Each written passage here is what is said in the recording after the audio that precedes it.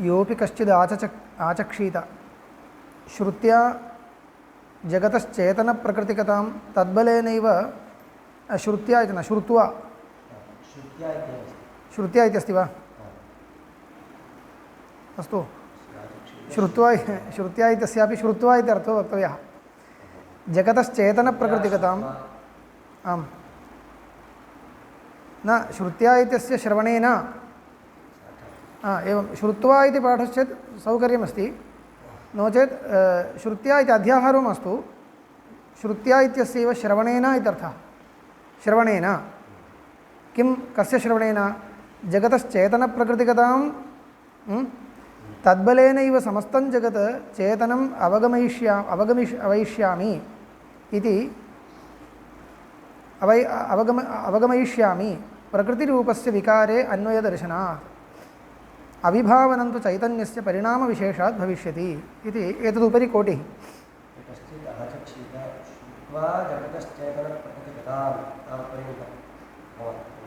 आम्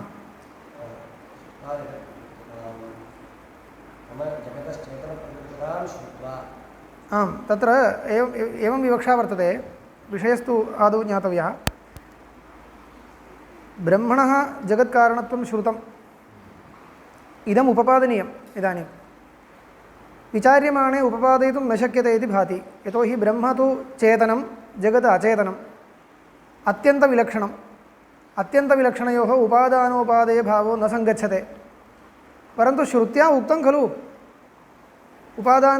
उपादेयभावस्तु अनेकाभिः श्रुतिभिः उक्तः इति कृत्वा तद् अन्यथानुपपत्या किं कुर्मः जगतः अपि चेतनत्वं कल्पयामः जगत् समस्तं चेतनमेव भवतु मृत्पाषाणादीनामपि चेतनत्वमेव अस्तु इति कल्पयामः इदानीं प्रश्नद्वयं भवति एकः प्रश्नः तथा कल्पने किं प्रमाणम् इति तस्य समाधानं तदेव इदानीम् उक्तं श्रुत्यन्यथानुपपत्तिरेव प्रमाणं प्रत्यक्षं प्रमाणमिति न काष्ठलोष्टादीनां चेतनत्वं नाम ज्ञानवत्वं प्रत्यक्षीक्रियते मया इति न प्रत्यक्षीक्रियते परन्तु तर्हि श्रुत्या उच्यते वा श्रुत्या न उच्यते परन्तु श्रुतार्थापत्या लभ्यते ब्रह्मणः जगत्कारणत्वम् उक्तं खलु तच्च अत्यन्तविलक्षणत्वे सति उपपादयितुं न शक्यते खलु तर्हि सालक्षण्यं वक्तव्यं जगतः अपि चेतनत्वं वक्तव्यम् एवञ्च श्रुत्य अन्यथानुपपत्तिरेव मम प्रमाणम् इति अर्थापत्तिप्रमाणेन इत्युक्ते श्रुतार्थापत्या जगत् समस्तमपि चेतनमेव इति कल्पयिष्यामः इदानीं जगदपि चेतनं ब्रह्मापि चेतनम् इति उपादानोपादेयभावः सम्यक् उपपादयितुं शक्यते इति तदा शङ्का भवति प्रत्यक्षविरोधः कथं परिहर्तव्यः काष्ठलोष्टादीनां चैतन्याभाव एव प्रत्यक्षीक्रियते अस्माभिः तत्र तर्हि प्रत्यक्षविरुद्धं कल्पनमिदम् इत्युक्ते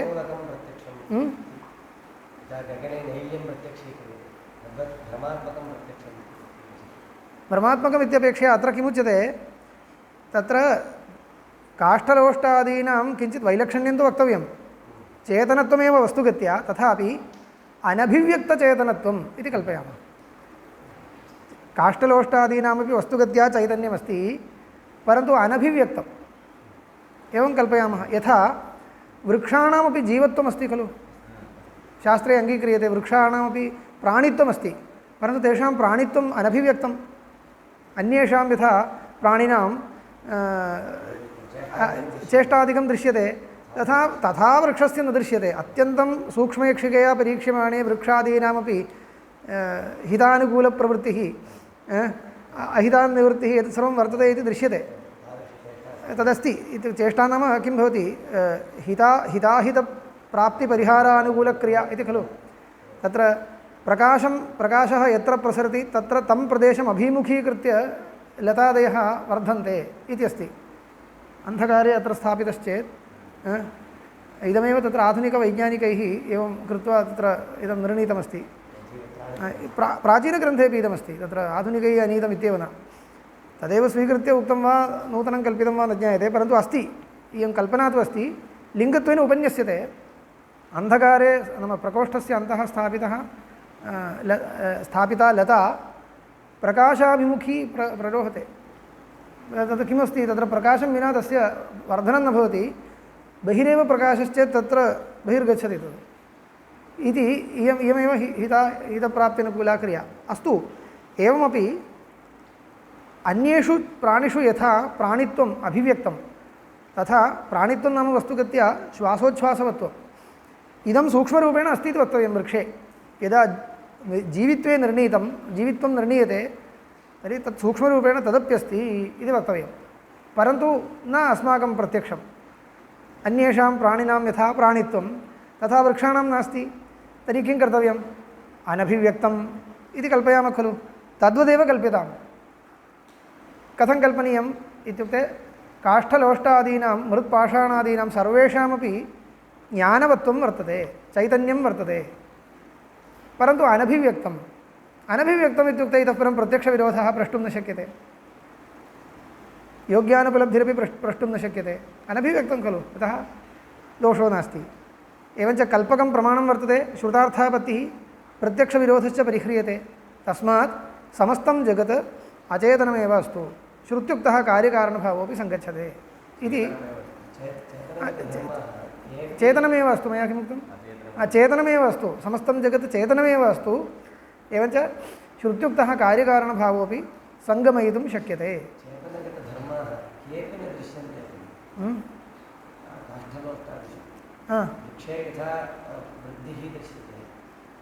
चेतनधर्माः केऽपि न दृश्यन्ते इति वा सत्यं न दृश्यन्ते तावता किं प्रत्यक्ष अभावमात्रं लिङ्गेन अनुमीयते इति नोक्तं खलु यदि लिङ्गेन अनुमातव्यं तेषां चेतनत्वं तदा एव केन लिङ्गेन निर्णीतम् इति प्रश्नः इदानीं तथा न तेषां चेतनत्वं श्रुतार्थापत्या निर्णीतं तर्हि क्लेशो नास्ति केन लिङ्गेन इति न प्रष्टव्यं श्रुतार्थापत्या मया एवं कल्प्यते प्रत्यक्षविरोधस्तु परिहर्तव्यः स च परिहृतः इति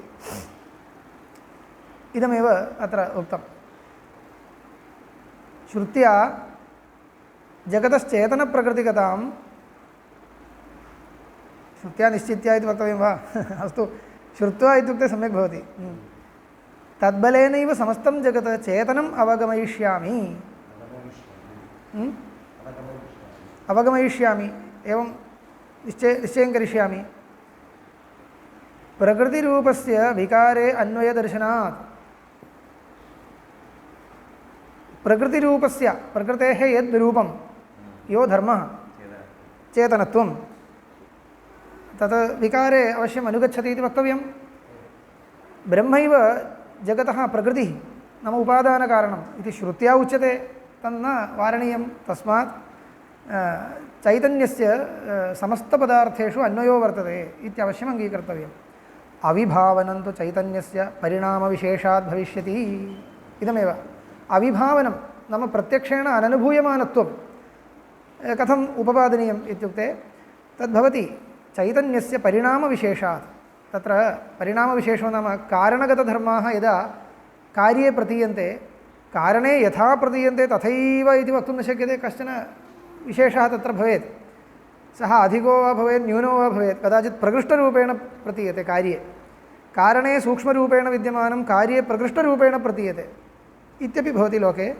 कदाचित् तु कारणे प्रकृष्टरूपेण विद्यमानं कार्याकारपरिणामदशायां किञ्चिदिव अभिभूतं भवति एतत् सर्वं पारिणामिकाः विशेषाः इत्येवं तस्मात् अत्र चैतन्यविषये किं जातं ब्रह्मणि तु तत् स्पष्टं तत् कार्येषु कार्ये प्रपञ्चे तु अस्पष्टम् इत्येवं पारिणामिकः विशेषः अयम् इति कल्पयामः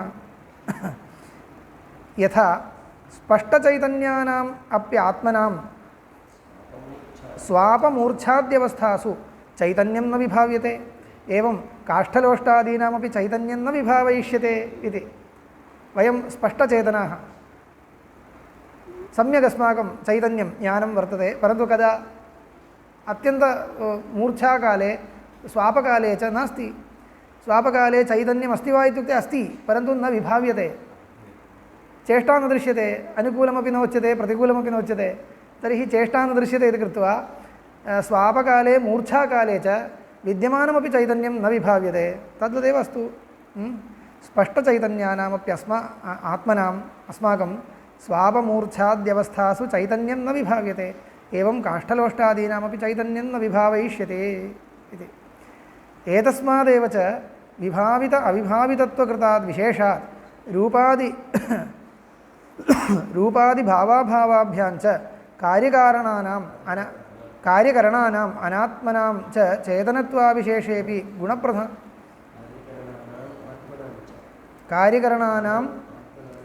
कार्यकरणानाम् आत्मनां च चेतनत्वाविशेषेऽपि गुणप्रधानभावो न विरोत्स्यते।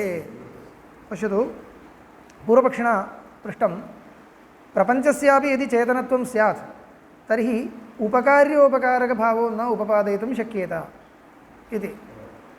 तदपि चेतनम् इदमपि चेतनम् इत्युक्ते उपकार्योपकारकभावो न भवति। समयोः उपकार्योपकारकभावो नास्ति। अयं न्यायः ह्यः उक्तः सङ्घातपरार्थत्वन्यायः उक्तः। तत्र समत्वे सति उपकार्योपकारकभावो न भवति। प्रपञ्चस्तु जडपदार्थः चेतनस्य उपकरोति इति दृश्यते। शरीरे कार्यकरणादिकं जडं तदस्माकं चेतनस्य उपकरोति इति दृश्यते। भावः उपपादनीयश्चेत् समत्वं त्यक्तव्यम्।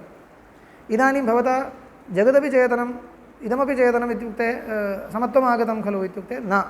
यद्यपि चेतनत्वमस्ति जगति परन्तु अनभिव्यक्तचेतनत्वं खलु तदभिप्रायेण एवञ्च अनभिव्यक्तचेतनम् उपकारकम् अभिव्यक्तचेतनस्तु चेतनं तु उपकार्यम्। अभिव्यक्तचैतन्यः अनभिव्यक्तचैतन्यः एवं वक्तव्यं वस्तुगत्या बहुव्रीहिः।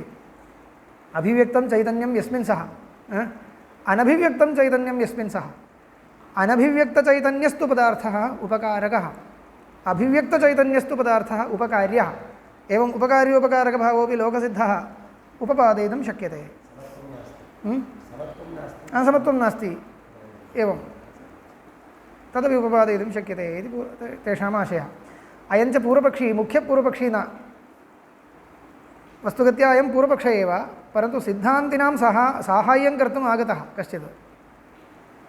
साङ्ख्यस्य खण्डनायैव ब्रह्मैव जगत्कारणम्। आम् आम् मुख्यपूर्वपक्षी तु ब्रह्म जगत्कारणं न इति वदति। इदानीं तथा न सिद्धान्तमेव समर्थयितुं कश्चित् स्वमतमादाय आगतवान्। सः इदानीं तस्य पक्षम् उपस्थापयति।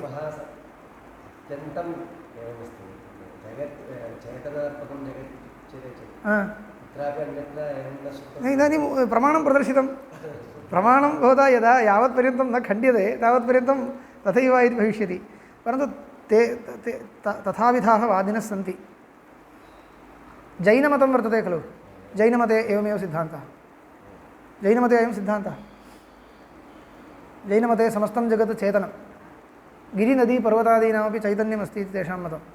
अन्येपि केचन सन्ति दार्शनिकेषु वर्तते अस्ति। यथा स्पष्टचैतन्यानामप्यात्मनां स्वापमूर्च्छादिषु चैतन्यं न विभाव्यते एवं काष्ठलोष्टादीनामपि चैतन्यं न विभावयिष्यते।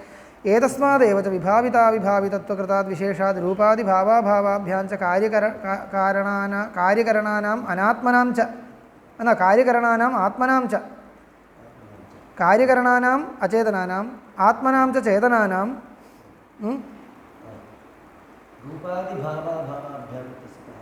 रूपादिभावाभावाभ्यां च इति हेत्वन्तरम्। अचेतनपदार्थाः इति किमपि नास्ति सर्वं चेतनं परन्तु केषुचित् चेतनेषु रूपादिमत्वं वर्तते। रूपादिमत्वं नाम धर्मः। रूपादिमन्तश्चेतनाः उपकारकाः तच्छून्यास्तु उपकार्याः। एवम् उपकार्योपकारकभावाय किमपेक्षते? उपकारं कर्तुम् अपेक्षितः स्वभावः तस्य भवेत् तावदेव खलु। उपकार येन धर्मेण सह उपकारको भवति स धर्मः अस्ति चेत् उपकारकः इति वक्तुं शक्यते। इदानीं चेतनमेव उपकार्यं नाम आत्मा एव उपकार्यः शरीरेन्द्रियादिकम् उपकारकम् इति कथं व्यवस्था इत्येव प्रश्नः। सर्वं चेतनं चेत् सर्वं चेतनमिति वादे आत्मा एव उपकार्यः शरीरेन्द्रियादिकम् उपकारकम् इति व्यवस्था कथम् इत्युक्ते उपकारकरणाय अपेक्षिताः धर्माः शरीरेन्द्रियादिषु एव वर्तते, तस्मात् ते एव उपकारकाः इति। तत्र उपलक्षणविधया रूपादिकम् इत्युक्तं। रूपादयः धर्माः नाम यान् धर्मान् आदाय कश्चित् पदार्थः उपकारको भवति, उपकारकतावच्छेदकधर्माः, तद्धर्मवत्वेन उपकारकत्वं, तद्धर्मशून्यत्वेन उपकार्यत्वम्, अयमेव न्यायः उक्तः। उपकारकतावच्छेदकधर्मवन्तः उपकारकाः इति उपकार्योपकारकभावः व्यवस्थापयितुं शक्यते इति तदर्थम् उक्तं। रूपादिभावाभावाभ्यां च इति रूपादिमत्वेन उपकारकत्वं तदभावे च उपकार्यत्वम्। आत्मनि रूपादिमत्वं नास्ति, तस्मात् उपकार्यं। शरीरेन्द्रियादिषु रूपादिमत्वं वर्तते, उपकारकम्। एवं रीत्या व्यवस्था भवति। तस्मात् कार्यकरणानाम् आत्मनां च चेतनत्वाविशेषेऽपि गुणप्रधानभावो न विरोच्यते। चेतनत्वम् उभयोरपि अविशेषेण वर्तते, तथापि गुणप्रधानभावः उपकार्योपकारकभावः न विरोच्यते, उपपादयितुं शक्यते इति। यथा च दृष्टान्तं प्रदर्शयति। यथा च पार्थिवत्वाविशेषेऽपि मांससूप ओदनादीनां प्रत्यात्मवर्तिनो विशेषात् परस्परोपकारित्वं भवति, एवम् इहापि भविष्यति इति। लोके ओदनः वर्तते, मांससूपादयः वर्तन्ते। तत्र केचन पदार्थाः तत्र मिश्रीकरणाय दध्यादयः भवन्ति, तदपि पार्थिवं। दधि पार्थिवं वा न ज्ञायते, अन्यत् किञ्चित् शाकः स्वीक्रियतां, पार्थिवः पदार्थः। ओदनोपि पार्थिवः, इदमपि पार्थिवं तदपि पार्थिवं, तथापि ओदनस्य कृते शाकः उपकारकः इति वर्तते। कुतः उपकारकतावच्छेदकधर्मः तत्र अस्ति इति कृत्वा सः उपकारः, अयं तु उपकार्यः अस्ति, तद्वदेव योज्यताम् इति। प्रत्यात्मवर्तिनो विशेषात्, प्रत्यात्मवर्ति इत्युक्ते प्रातिस्विकरूपेण विद्यमानम् इति। प्रातिस्विकरूपेण शाके कश्चन विशेषः, अन्यत्र कश्चन विशेषः, अवलेहे कश्चन विशेषः, एतान् विशेषान् आदाय ते तत्र सूपस्य कृते ओदनस्य कृते उपकारकाः भवन्ति इति। परस्परोपकारित्वं भवति, एवम् इहापि भविष्यति। प्रविभागप्रसिद्धिरपि अत एव न विरोच्यते इति। प्रविभागप्रसिद्धिः लोके इदं चेतनम् इदमचेतनम् इत्येवं विभागः प्रसिद्धः वर्तते। अयं विभागो न स्यात् इति न प्रष्टव्यं। भ्रान्त्या अयं विभागः कृतविशेषात्। अनभिव्यक्तचेतनास्तु अचेतनाः, अनभिव्यक्तचैतन्यास्तु, अनभिव्यक्तचेतनाः इति न वक्तव्यम्, अनभिव्यक्तचैतन्याः, अनभिव्यक्तचैतन्यास्तु अचेतनाः इति लोके व्यवह्रियन्ते। अभिव्यक्तचैतन्याः चेतनाः इति च व्यवह्रियन्ते इति। एवं व्यवहारः उपपादयितुं, प्रसिद्धिरपि उपपादयितुं शक्यते इति पूर्वपक्षे। इति पुनः सिद्धान्तैकदेशिनां मतं। तदपि खण्डयितुं तत्र सूत्रम् अवतारयितुम् इदमेतावदुक्तं। तथात्वञ्च शब्दादिति न विलक्षणत्वादस्य। तथात्वञ्च शब्दादित्यस्ति किल, तथात्वञ्च शब्दादित्यस्य अर्थः कः? तथात्वं विलक्षणत्वं।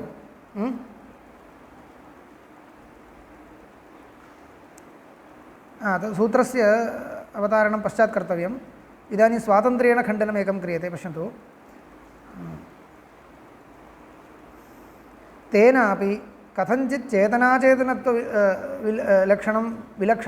विलक्षणत्वं परिह्रियेत, शुद्ध्यशुद्धिलक्षणं तु विलक्षणत्वं नैव परिह्रियते इति। पश्यतु, भवता कश्चन तर्कः कृतः। अनेन तर्केण इत्युक्ते जगत् समस्तमपि चेतनं भवतु इति तर्केण भवता वैलक्षण्यं परिहृतं। चेतनत्व अचेतनत्वकृतं वैलक्षण्यं परिहृतं ब्रह्मप्रपञ्चयोः। भोः, इतोपि बहुविधानि वैलक्षण्यानि वर्तन्ते, तानि वैलक्षण्यानि कः परिहरिष्यति? शुद्धत्व अशुद्धत्वकृतं वैलक्षण्यमस्ति, संसारित्वम् इति मास्तु अस्तु, अनेकानि वैलक्षण्यानि भवन्ति, अन्यानि वैलक्षण्यानि न परिह्रियन्ते खलु। एकं वैलक्षण्यं परिहृतमिति कृत्वा उपादेयभावः व्यवस्थापितो वा? नास्ति। भवता कथं प्रतिज्ञा कृता मां प्रति, विलक्षणयोः उपादानोपादेय भावो नास्ति इति पक्षे भवान् स्थितः अस्ति। बहुविधानि वैलक्षण्यानि उक्तानि। भवान् न पूर्वपक्षी, मुख्यपूर्वपक्षी। आम् मुख्यपूर्वपक्षी तथा साङ्ख्यः, मुख्यपूर्वपक्षी साङ्ख्यः। सः किमुक्तवान्? ब्रह्मणः प्रपञ्चं प्रति प्रकृतित्वं न सङ्गच्छते बहुविधानां वैलक्षण्यानां सत्त्वात्। तस्य खण्डनाय भवान् आगतः इदानीं मध्ये सिद्धान्ति ऐकदेशी आगतः। सः किञ्चित् उक्तवान्, परन्तु एतावता सर्वं वैलक्षण्यं न परिहृतं, चेतनत्व अचेतनत्वकृतं वैलक्षण्यं परिहृतं तावदेव, अन्यानि वैलक्षण्यानि तत्रैव तिष्ठन्ति इति कृत्वा एतावता पूर्वपक्षस्य निराकरणं न जातम्। अपि च न च इतरदपि विलक्षणत्वं परिहर्तुं शक्यते इत्याह तथात्वञ्च शब्दादिति इदमेव मया अवतारिका इत्युक्तम्। इतरदपि विलक्षणत्वम् इत्युक्ते यद् वैलक्षण्यं भवता परिहृतम् इत्युक्तं तदपि न परिहृतमेव। यद् वैलक्षण्यं परिहृतम् इत्युक्तं किं वैलक्षण्यं? चेतनत्व अचेतनत्वकृतं वैलक्षण्यं भवता कल्पनया परिहृतम् इत्युक्तं तदपि सम्यक् न इति। तत्खण्डनाय तथात्वञ्च शब्दादित्युक्तम् इति। तथात्वञ्च शब्दादित्यस्य अर्थः कः? तथात्वं चेतनत्व अचेतनत्वकृतं वैलक्षण्यं कथम् अवगन्तव्यं? शब्दाद् अवगन्तव्यं, श्रुतिमुखेन अवगन्तव्यं। विज्ञानं च अविज्ञानं च इत्यादि श्रुतिबलात् चेतनत्व अचेतनत्वकृतं वैलक्षण्यम् अस्ति इति अवगन्तव्यम् इति। एतत् किमर्थम् उक्तम् इत्युक्ते अर्थापत्या भवता कल्प्यते, श्रुतार्थापत्या किं कल्प्यते? समस्तं जगत् चेतनमेव अस्तु इति कल्प्यते। इयं कल्पना नैव प्रसरति श्रुत्यन्तरविरोधे सति। श्रुत्यन्तरविरोधे सति अस्माकं कल्पना प्रसरति वा? न प्रसरति। तस्मात् मानान्तर अविरोधे सत्येव कल्पना कर्तुं शक्यते। अत एव प्रत्यक्षविरोधोऽपि परिहृतः खलु त्वया।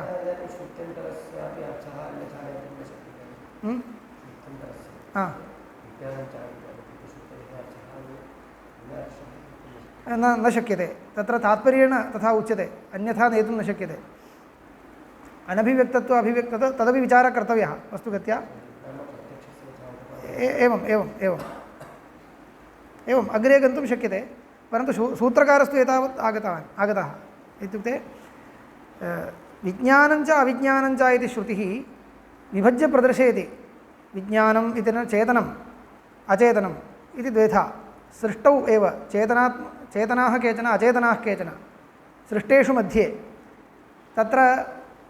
तत्रापि गौणार्थं स्वीकुर्मः इति न वक्तुं शक्यते। तत्र एवञ्च किं भवति? चेतनाः केचन अचेतनाः केचन इति सृष्टेषु विभागः जातः। सृष्टेषु कथम् अयं विभागः इत्युक्ते जीवाः चेतनाः, अन्ये तु अचेतनाः। अत्र एतावता किं जातं? चेतनाचेतनविभागो नाम कश्चन वर्तते इति श्रुतेरभिमतं तत्तु जातं खलु।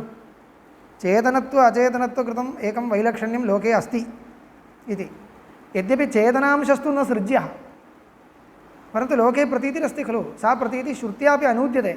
श्रुत्या यदा अनूद्यते तदा सा दृढी भवति। चेतनत्व अचेतनत्वकृतः विभागः लोके वस्तुगत्या अस्ति इति। सः विभागः उपपादनीयश्चेत् इत्युक्ते सोऽपि विभागः श्रुत्युक्तत्वात् उपपादनीयः वर्तते इदानीं। तस्मात् भवदीयं कल्पनं तत्र न प्रसरति इति। समस्तं जगत् चेतनमेव भवतु इति कल्पनं न प्रसरति इति इदमेव सूत्रेण तावदेव लभ्यते। व्यावहारिकमेव भवतु, व्यावहारिक एव अयं विभागः।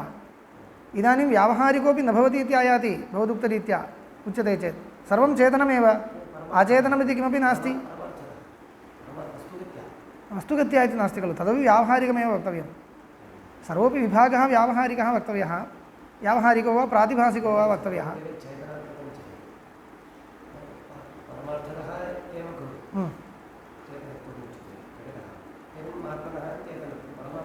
आम्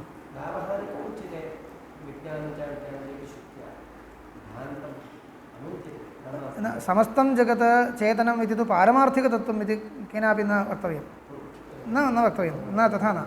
यथा सिद्धान्तिनां साहाय्यं कर्तुम् आगतः अयं पूर्वपक्षी, तर्हि अद्वैतसिद्धान्तादिकम् अङ्गीकृत्य जगन्मिथ्यात्वादिकम् अङ्गीकृत्य खलु व्यवहर्तव्यं तर्हि ब्रह्मैव परमार्थसत्यम् इति तु सिद्धान्तो न त्यक्तव्यः जगच्चेतनम् इति तु परमार्थसत्यम् इति न वक्तव्यं जगच्चेतनमिति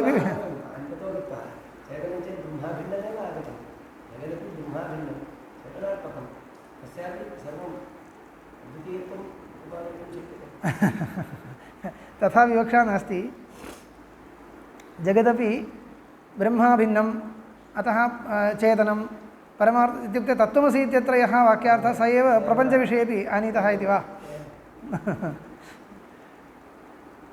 तर्हि श्रुत्या उच्यमानस्य चेतनाचेतनविभागस्य का गतिः सम्यक् एवं पश्यामः आलोचयितुं शक्यते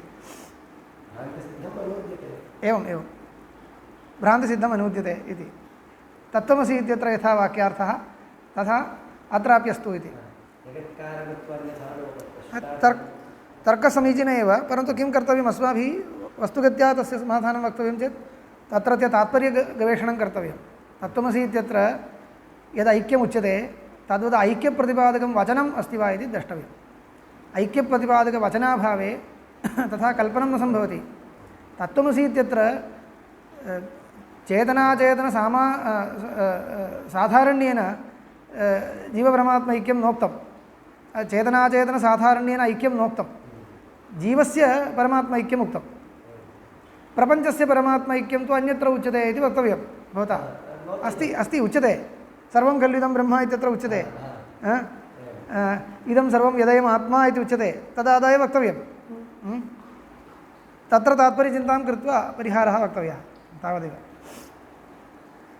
वदामि तत्र आगच्छामि इदानीं ग्रन्थार्थम् उक्त्वा अग्रे पश्यामः उपरि तर्कास्तु अस्माभिः स्वयमेव परिशोधनीयाः न च इतरदपि विलक्षण पूर्वपक्षिणा परिणमदेति उक्तम् आम् अविभावनं तु चैतन्यस्य परिणामविशेषात् भविष्यति पूर्वोक्तम् एवं तर्हि अध्यासः नोक्तः अध्यासो नोक्तः परिणाम इत्यनेन विवर्तः इति स्वीकर्तव्यम् इदानीम् अस्माभिः नूतनतया चिन्त्यमानः तर्कः यदा आनीयते तर्हि समस्तं जगत् ब्रह्मस्वभावमेव परिणमते इत्यस्य विवर्तते इत्यर्थः अन्यथा भावः तावदेव खलु सिद्धान्तिनापि परिणमते इत्युक्ते परिणमते इत्यर्थो न वक्तव्यः विवर्तते इत्येव इदानीं विवर्तते वा परिणमते वा इति विशेषम् अविचार्यैव अग्रे गच्छन्तः स्मः विवर्तते परिणमते वा इति तु विशेषः पश्चात् चिन्तनीयः इदानीं तु ब्रह्मणः अन्यथा भावः प्रपञ्चः इत्यस्ति ब्रह्म तु स्वरूपेण यदा चिन्त्यते तदानीम् एकविधः उपदेशः तस्यैव प्रपञ्चात्मना यदा स्थितिः तदा किञ्चित् वैलक्षण्यं भवति एवमेव खलु अचेतनप्रधानस्य तु परिणाम एव वक्तुं शक्यते ब्रह्मणस्तु निरवयवस्य परिणामो न भवति अस्तु केनापि कारणेन मायावशादेव प्रपञ्चभावेन ब्रह्म यदा तिष्ठति तदा ब्रह्मगतं चैतन्यं तत्र न विभाव्यते अयं तु पक्षः दृढः वर्तते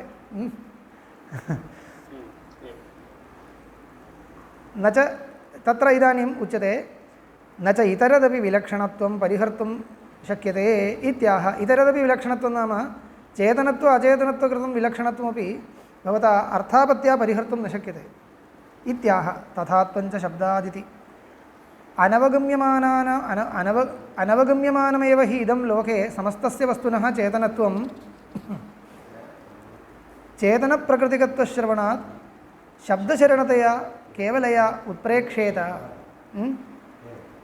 केवलया शब्दशरणतया इत्युक्ते श्रुतार्थापत्या इत्यर्थः श्रुतार्थापत्या उत्प्रेक्षेत इत्युक्ते कल्प्येत उत्प्रेक्षेत भवान्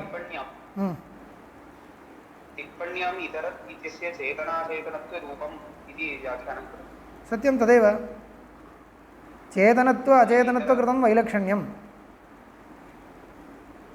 तद् भिन्नं वैलक्षण्यं शुद्धत्व अशुद्धत्वादिरूपं स्वीकर्तव्यम् इतर नास्ति न किमुक्तमिदानीं ग्रन्थक्रमः कथमासीत् चेतनत्व अचेतनत्वकृतं वैलक्षण्यं परिहरिष्यामि इति कश्चित् उक्तवान्। भोः तत् परिहृतं चेदपि शुद्धत्व अशुद्धत्वकृतं वैलक्षण्यं त्वया न परिहृतम् इति एकं खण्डनं।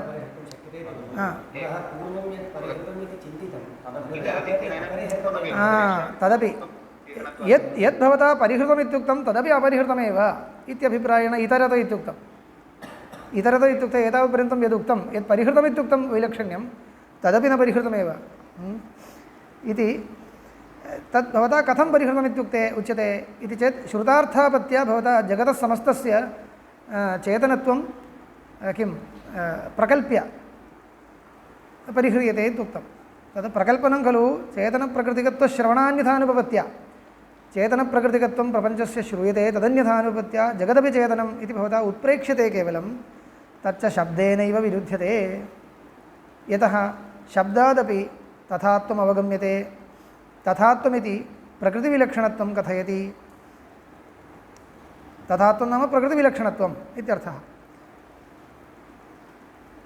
ब्रह्मविलक्षणत्वम् इत्यर्थः। शब्द एव विज्ञानञ्च अविज्ञानञ्च इति कस्यचित् विभागस्य अचेतनतां श्रावयन् चेतनात् ब्रह्मणो विलक्षणम् अचेतनं जगत् श्रावयति। जगति अन्तर्गतस्य कस्यचित् विभागस्य जगति चेतनम् अचेतनम् इति विभागो वर्तते। तत्र यः अचेतनभागः अचेतनं जगत् तदेव ब्रह्मणः कार्यम् इति प्रतिपादयितुम् इयं श्रुतिरागता वर्तते। चेतनं जगत् इत्युक्ते जीव एव खलु। जगदन्तर्गताः चेतनाः इत्येव। विज्ञानञ्च अविज्ञानञ्च इत्युक्ते विज्ञानवत् विज्ञानशून्यम् इति विभागः प्रदर्शितः। तत्र विज्ञानवत् यदस्ति तत् किम् आत्मा जीवाः इत्यर्थः। जीवानां ब्रह्मकार्यत्वं वक्तुं सा श्रुतिर्न आगता, किन्तु अचेतनं यदि किञ्चित् अस्ति तद् ब्रह्मकार्यम् इति वक्तुमेव सा श्रुतिः तात्पर्यवती तत्र प्रवृत्ता वर्तते। अनेन किं ज्ञायते, अचेतनांशः किञ्चित् पृथक् श्रुत्या विभज्य प्रदर्श्यते, स च विभागः ब्रह्मकार्यत्वेन श्राव्यते। एतद्विरुद्धमेव भवता उक्तम्। अत्र तु अन्यार्थनयनं न शक्यते कर्तुं, वाक्यमेव व्यर्थं स्यात् नो चेत्। तस्मात् तत्र अन्यार्थनयनं न कर्तुं शक्यते। अतः चेतनाचेतन प्रपञ्चं समग्रतया प्रपञ्चं स्वीकृत्य तत्र चेतनाचेतनविभागं कृत्वा किमर्थं श्रुति प्रदर्शयति इत्युक्ते अचेतनांशस्यैव तत्र ब्रह्मकार्यत्वं वक्तव्यम् इत्येतत् सूचनाय तथा प्रदर्शयति इति। अन्यथा तद्विभागकरणं व्यर्थं। लोके प्रसिद्धमेव खलु किमर्थं विभागः क्रियते इत्युक्ते अचेतनांशं प्रति उपादानत्वं वक्तव्यं। चेतनः इति यः प्रतीयते प्राणी तस्यापि यः अचेतनांशः शरीरकार्यकरणाद्यंशः सोऽपि तत्र ब्रह्मकार्यभूतः ब्रह्मजन्यः इति। अचेतनांशः यः कोऽपि अस्ति प्रपञ्चे स सर्वोऽपि ब्रह्मप्रकृतिकः इत्येतत् सूचनायैव स तत्र श्रुतेर्विभागकरणम् इति वक्तव्यं। नो चेत् तद्वाक्यं व्यर्थं स्यात्।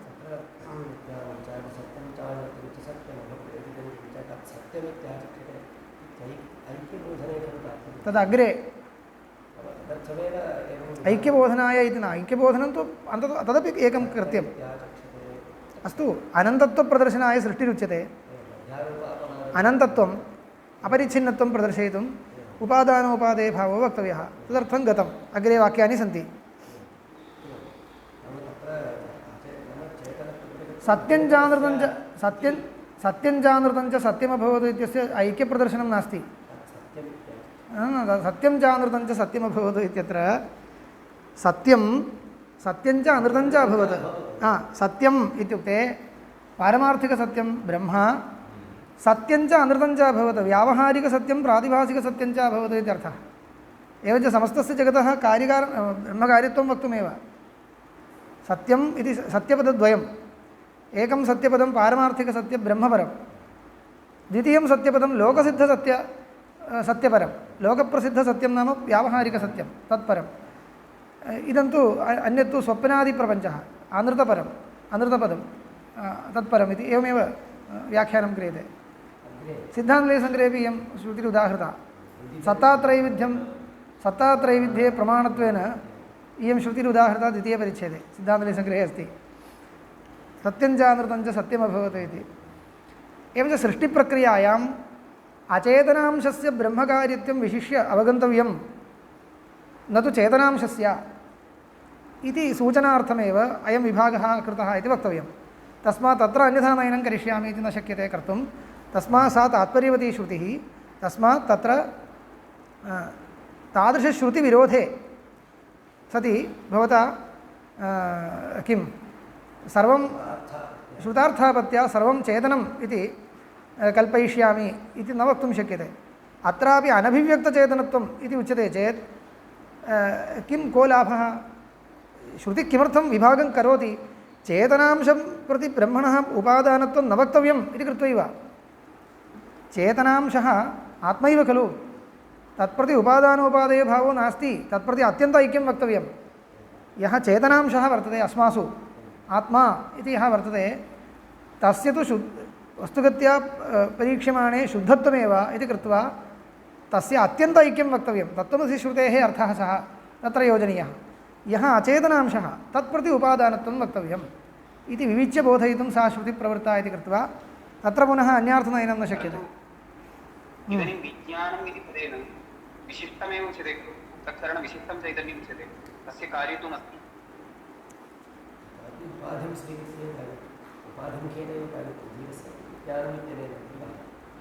विज्ञानमिति जीव एव तत्र विज्ञानवत्वम् इत्युक्ते तत्र उपाधिवशादेव भवति। कार्यत्वमस्ति, विज्ञानस्य कार्यत्वम् अस्तु। विज्ञानशब्देन विवक्षितः कः इति वक्तव्यं खलु। विज्ञानशब्देन चेतनः विवक्षितः तावदेव, वाच्यार्थो न। तत्र विज्ञानशब्देन चेतनो विवक्षितः, अविज्ञानशब्देन अचेतनो विवक्षितः। विवक्षितार्थस्तथा वर्तते। शब्द एव विज्ञानं चाविज्ञानं च इति कस्यचित् विभागस्य अचेतनतां श्रावयन् चेतनात् ब्रह्मणो विलक्षणम् अचेतनं जगत् श्रावयति। एतदुपरि इतोपि तर्काः सन्ति।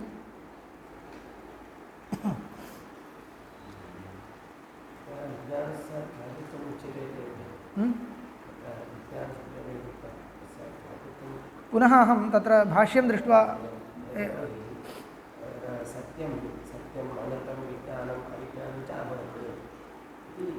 सत्यं सम्यक् अहं पुनः तत्रत्यं भाष्यम् एकवारं पश्यामि। तद् द्रष्टव्यमिति चिन्तितं, समयः न लब्धः। श्वः तत्रत्यं भाष्यं दृष्ट्वा पुनः एकवारम् अस्मिन् विषये वदिष्यामि। इदानीम् एतावत् जातम्। एतदुपरि अन्या आशङ्का, ननु चेतनत्वमपि क्वचित् अचेतनत्वाभिमतानां भूतेन्द्रियाणां श्रूयते इति। तत्र चेतनाचेतनविभागः श्रुत्या एव प्रदर्श्यते, सः विभाग एव नास्ति इति त्वया कथम् उच्यते अर्थापत्या? एवं खलु एतावता खण्डनं कृतं। तदानीं सः वदति, भोः मया उच्यते जना श्रुतिरेव भूतेन्द्रियादीनां चेतनत्वं वदति, क्वचित् भूतेन्द्रियादीनां चेतनत्वं तदपि श्रुत्या एव उच्यते। अयं विभागः श्रुत्या क्रियते इत्युक्तं, श्रुत्या भूतेन्द्रियादीनां चेतनत्वमपि क्वचित् उच्यते। तर्हि किं कर्तव्यम्?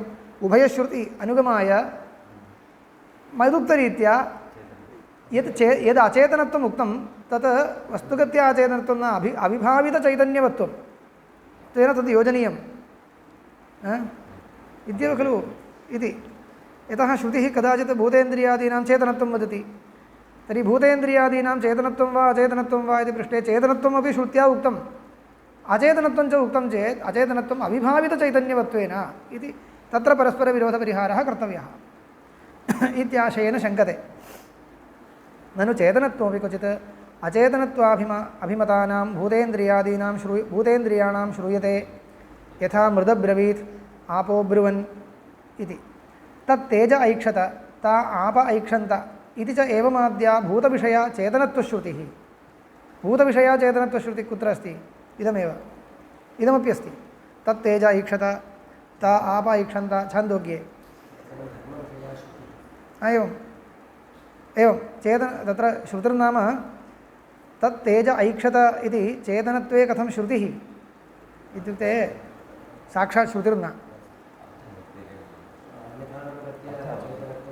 सत्यं एवं भूते वस्तुगत्या इयं श्रुतिर्न। श्रुतिर्नाम श्रुतार्थापत्तिरेव मृदब्रवीत् इति श्रुतिर्नाम कथं भवेत् वाचकशब्दः भवेत् मृतचेतनं मृदः ज्ञानवत्वमस्ति एवं साक्षात् वाक्यं भवेत्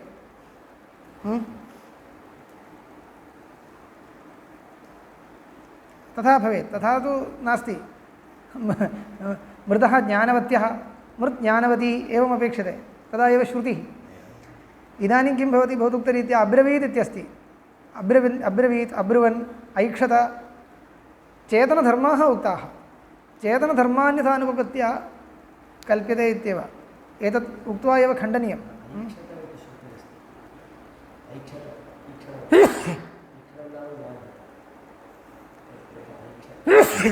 ईक्षणं नाम ज्ञानम् इति स्वीकारे सम्भवति सङ्कल्पः इत्युक्ते किञ्चित् पुनः अस्तु कथञ्चित् सम्भवति अब्रवीत् इति तु न अब्रवीत् तु धर्म एव चेतनधर्मः ऐक्षत इति कथञ्चित् योजयितुं शक्यते भवदुक्तरीत्या ज्ञानम् इति स्वीकारे ऐक्षत इति योजयितुं शक्यते अस्तु तत् तेज ऐक्षत त आप ऐक्षन्त इति च एवमाद्या भूतविषया चेतनत्वश्रुतिः इन्द्रियविषया अपि तेह इमे प्राणा अहं श्रेयसे विवदमानाः ब्रह्म जग्मुः इति तेह वाचमूचुः त्वन्न उद्गाय इति इत्येवमाद्या इन्द्रियविषया इति तत्र कथायां भवति खलु इन्द्रियं प्राणस्य सकाशे पृष्टवत् इन्द्रियं प्राणानां सकाशे अपृच्छत् तदानीं प्राणाः उत्तरं दत्तवन्तः एवं कथायां भवति खलु एतत् सर्वं किं सूचयति इत्युक्ते तेषामपि चैतन्यमस्ति तेपि चेतनवत् व्यवहरन्ति पुराणेषु अपि श्रूयते पर्वतः पृष्टवान् मैनाकपर्वतः पृष्टवान् इति उच्यते खलु तद्वत् सर्वं स्वीक्रियतां तात्पर्यमस्ति वा न वा इति इदानीं न चिन्तनीयं शब्दः अस्ति ते हैमे प्राणाः अहं श्रेयसे विवदमानाः प्राणाः नाम इन्द्रियाणि अहं श्रेयसे विवदमानाः अहं श्रेयसे इत्युक्ते अहमेव उत्कृष्टः इति तेषां मध्ये परस्परं कश्चन विवादो जातः तस्य कस्य उत्कृष्टत्वम् इत्येवं निश्चेतुं विवादं कृतवन्तः इत्यस्ति तर्हि चेतना एव एते इति अवगम्यते अन्यथा विवादः कथं क्रियेत ब्रह्मजग्मुः इत्यादि श्रुतिः एवं तेह वाचमूचुः त्वन्न उद्गाय इति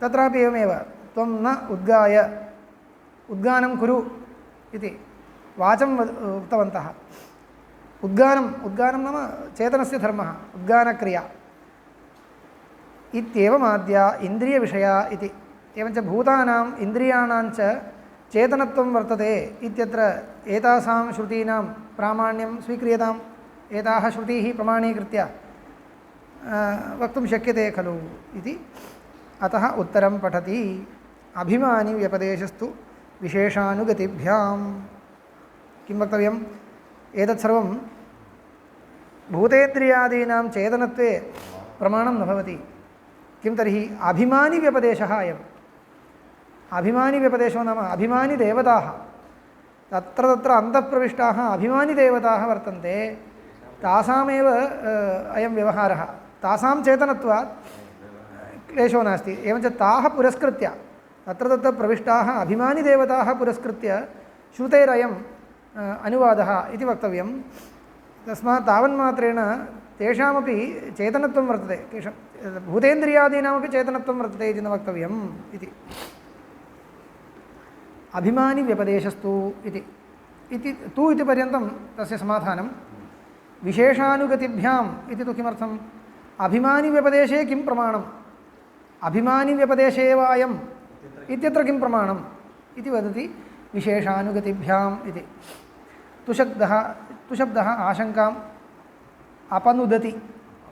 अपनुदति वारयति न खलु मृदब्रवीत् इत्येवं जातीयकया श्रुत्या भूतेन्द्रियाणां चेतनत्वम् आशङ्कनीयं यतः अभिमानिव्यपदेश एषः मृदाद्यभिमानिन्यो वागाद्यभिमानिन्यश्च देवताः वदनसंवदनादिषु चेतनोचितेषु व्यवहारेषु व्यपदिश्यन्ते चेतनोचितं व्यवहारं कृतवत्यः ताः देवताः इति उच्यते तावदेव न भूतेन्द्रियमात्रं कस्मात् विशेषानुगतिभ्यां विशेषो हि भोक्तॄणां भूतेन्द्रियाणां च चेतनाचेतनप्रविभागलक्षणः प्रागभीतः भोः अनयोः विशेषो वर्तते इति उक्तं किल प्राक् एते चेतनाः एते अचेतनाः इति तेषां विशेषो हि भोक्तॄणां भूतेन्द्रियाणां च भोक्तारः देवताः भूतेन्द्रियाणि तु भोग्यानि तासां भोग्यानि इति न इत्युक्ते यत्र ताः देवताः अनुप्रविष्टाः तद् तेषां भोग्यं न भवति भोग्यं तु अन्यदेव अस्तु भोक्तृभोग्यविभागस्तु प्रदर्शितः खलु अस्माभिः तावदेव भोक्तॄणां भूतेन्द्रियाणां च चेतन अचेतनप्रविभागलक्षणः विभागः विशेषः भोक्तारश्चेतनाः भूतेन्द्रियाणि तु भोग्यानि वयं भोक्तारः भूतेन्द्रियाणि अस्माकं भोग्यानि इत्येवं विशेषः प्रागभीतः सर्वचेतनतायां च असौ नोपपद्येत सर्वं चेतनम् इति यदि पक्षः स्वीक्रियते तर्हि इदं न उपपद्येत अपि च कौशीतकिनः प्राणसंवादे अत्र पश्यतु सूत्रे विशेष अनुगतिभ्याम् इत्यस्ति अंशद्वयं विशेषश्च अनुगतिश्च द्विवचनं वर्तते विशेषे विशेषः इदानीम् उक्तः भोक्तृभोग्ययोः चेतनत्व अचेतनत्वकृतः उपकार्योपकारकभावः विशेषः वर्तते तस्मात् सर्वं चेतनम् इति न वक्तव्यम् एकम् अपि च अनुगतिश्च तत्र तत्र श्रूयते अनुगतिर्नाम उच्यते अपि च कौशीतकिनः प्राणसंवादे करणमात्रशङ्का विनिवृत्तये अधिष्ठातृचेतनपरिग्रहाय देवताशब्देन विशिंशन्ति एताः वै देवताः अहं श्रेयसे विवदमानाः इति तावा एताः सर्वा देवताः प्राणे निःश्रेयसं विदित्वा इति च अनुगताश्च सर्वत्र अभिमानिन्यश्चेतनाः देवताः मन्त्रार्थवाद इतिहासपुराणादिभ्यो अवगम्यन्ते अग्निर्वाग्भूत्वा मुखं प्राविशत् इत्येवमादिका च श्रुतिः करणेषु अनुग्राहिकां देवताम् अनुगतां दर्शयति इदमेव सर्वत्र देवतानुगमो वर्तते अनुगतिरस्ति तस्मात् अनुगतां देवताम् आदाय अपि तासां देवतानां चेतनत्वात् ताम् आदाय अपि व्यवहाराः सम्भवन्ति इदमेव उक्तं पश्यतु अपि च कौशीतकिनः प्राणसंवादे करणमात्रशङ्का विनिवृत्तये अधिष्ठातृचेतनपरिग्रहाय तत्र करणानां स्वयमेव सर्वसामर्थ्यम् इति शङ्का माभूत् किन्तु अधिष्ठात्र्यः चेतनाः देवताः तत्र वर्तन्ते अनुग्रहं कुर्वन्त्यः तासाम् अनुग्रहवशादेव इन्द्रियाणि प्रवर्तन्ते इति उपपादनाय इत्यर्थः करणमात्रशङ्का विनिवृत्तये अधिष्ठातृचेतनपरिग्रहाय अधिष्ठाता कश्चित् चेतनो वर्तते इति निरूपणाय देवताशब्देन विशिंशन्ति ताः वै देवताः अहं श्रेयसे विवदमानाः इति तत्र देवताशब्देन किमर्थं विशेषणं दत्तम् इत्युक्ते तत्र चेतनस्य तत्र अधिष्ठातुः विद्यमानतां प्रदर्शयितुं विवदमानाः इति तावा एताः सर्वा देवताः प्राणे निःश्रेयसं विदित्वा इति च एताः सर्वा देवताः प्राणे निःश्रेयसं विदित्वा इति च ताः वा एताः सर्वा देवताः प्राणे निःश्रेयसं विदित्वा तत्र अर्थः लिखितो वा रत्नप्रभायां श्रैष्ठ्यं तदेव यथाश्रुतार्थो न श्रैष्ठ्यं प्राणस्यैव श्रैष्ठ्यम् इति यतः एताः इन्द्रियाणां प्राणे अविद्यमाने कार्यकरत्वं नास्ति इत्येवं प्राणानामेव श्रेष्ठत्वं तत्र श्रीचरणैः कथा उक्ता खलु अयमेव सन्दर्भः तदेव तावा एताः सर्वा देवता प्राणे निःश्रेयसं विदित्वा इति च एवञ्च सः सन्दर्भः एतादृशो वर्तते इत्युक्तम् अनुगताश्च सर्वत्र अभिमानिन्यश्चेतनाः देवताः मन्त्रार्थवाद इतिहासपुराणादिभ्यो अवगम्यन्ते अग्निर्वाग्भूत्वा मुखं प्राविशत् इत्येवमादिका च श्रुतिः करणेषु अनुग्राहिकां देवताम् अनुगतां दर्शयति प्राणसंवादवाक्यशेषे च तेह प्राणाः प्रजापतिं पितरम् एत्य ऊचुः इति श्रेष्ठत्वनिर्धारणाय प्रजापतिगमनं तद्वचनाच्च एकैक उत्क्रमणेन अन्वयव्यतिरेकाभ्यां प्राणश्रेष्ठत्वप्रतिपत्तिः प्राणश्रैष्ठ्यप्रतिपत्तिः तस्मै बलिग्रहणम् इति च एवं जातीयकः अस्मदादिष्विव व्यवहारः अनुगम्यमानः अभिमानि व्यपदेशं दृढयति। तत्र अस्मदादिष्विव तेषामपि यः व्यवहारः प्रदर्श्यमानः सः अभिमानिव्यपदेशमेव दृढयति। अभिमानिदेवताः सर्वत्र अनुप्रविष्टाः वर्तन्ते इति एतदभिप्रायेणैव तत्सर्वं योजनीयम् इति। सर्वं तथा योजयितुं न शक्यते। तत् तेज ऐक्षत इत्यत्र किं क्रियते? तत् तेज ऐक्षत ता आपा असृजन्त ऐक्षन्त इत्यादौ का गतिः? तत्र अभिमानिव्यपदेशः इति वक्तुं न शक्यते खलु। कुतः न शक्यते इति चेत् पञ्चीकरणात् पूर्वम् इयम् उक्तिः छान्दोग्ये। पञ्चीकरणमपि न जातं, ततः पूर्वम् एकैकं भूतं परिगृह्य उच्यते तत् तेज ऐक्षता इति। तत्र किं भवति? तत्र सत्यं भोः, अभिमानिव्यपदेशः इति अत्र वक्तुं न शक्यते। अभिमानिव्यपदेशो नाम देवतारूपेण काचन चेतना देवता अनुप्रविष्टा इति वक्तव्यम्। इदानीं देवतानां सृष्टिरेव न जाता। देवतानां सृष्टिर्नाम देवतानां यद् भोगायतनं तस्य सृष्टिः खलु देवतानां सृष्टिः। अतो देवता चेतनांशस्तु न सृज्यते। तर्हि देवतानां शरीरसृष्टेः पूर्वं देवतात्वमेव तेषां नास्ति, तासां नास्ति। इदानीं पञ्चीकरणमेव न जातं, ततः पूर्वम् इदम् उच्यमानं वर्तते तत् तेज ऐक्षता इति। तर्हि तत्तेज ऐक्षता इत्यत्र अभिमानिव्यपदेशः इति वक्तुं न शक्यते। अभिमानिदेवतानां एतावत्पर्यन्तं असृष्टत्वात् अनुत्पन्नत्वात्। तस्मात् अत्र किं क्रियते इत्युक्ते सत्यम्।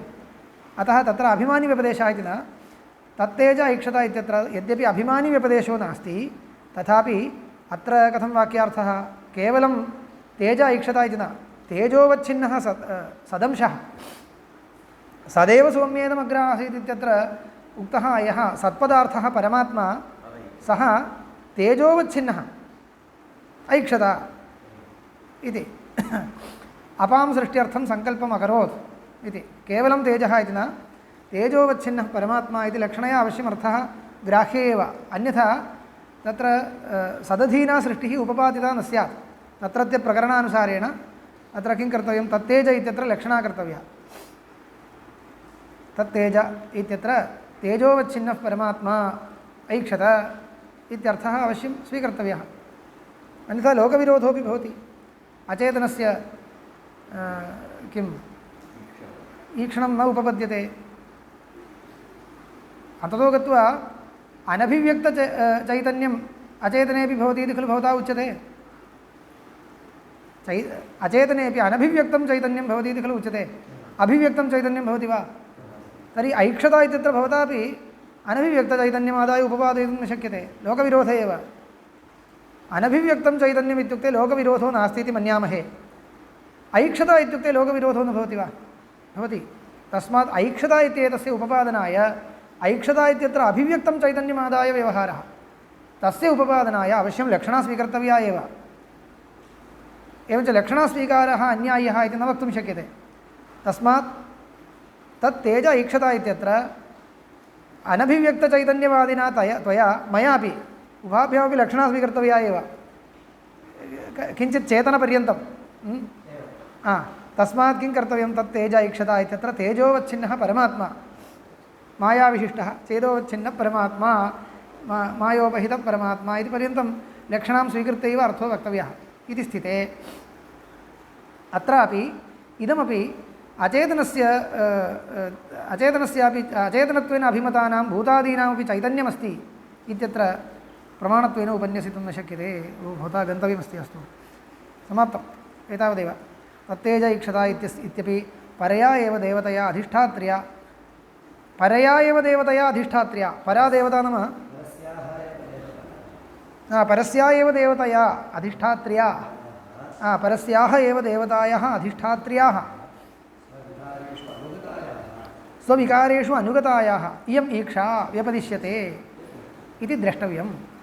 इयम् ईक्षा परदेवतायाः, परदेवता नाम सद्देवता, सद्रूपा देवता, सापि सत्पदार्थोपि देवतात्वेन उक्तः तत्र सेयं देवता ऐक्षता इति अस्ति व्यपदिश्यते इति द्रष्टव्यं। तस्मात् विलक्षणमेवेदं ब्रह्मणो जगत् विलक्षणत्वाच्च न ब्रह्म प्रकृतिकं पूर्वपक्षः समाप्तः।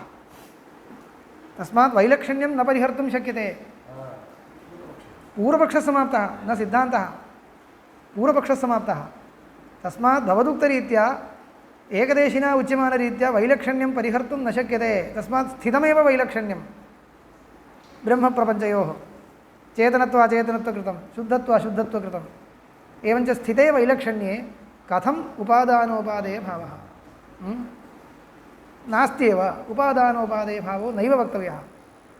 तस्मात् अचेतनप्रधानस्यैव प्रपञ्चं प्रति उपादानत्वं वक्तव्यं। ब्रह्म तु निमित्तमात्रम् इति पूर्वपक्षः प्राप्तः।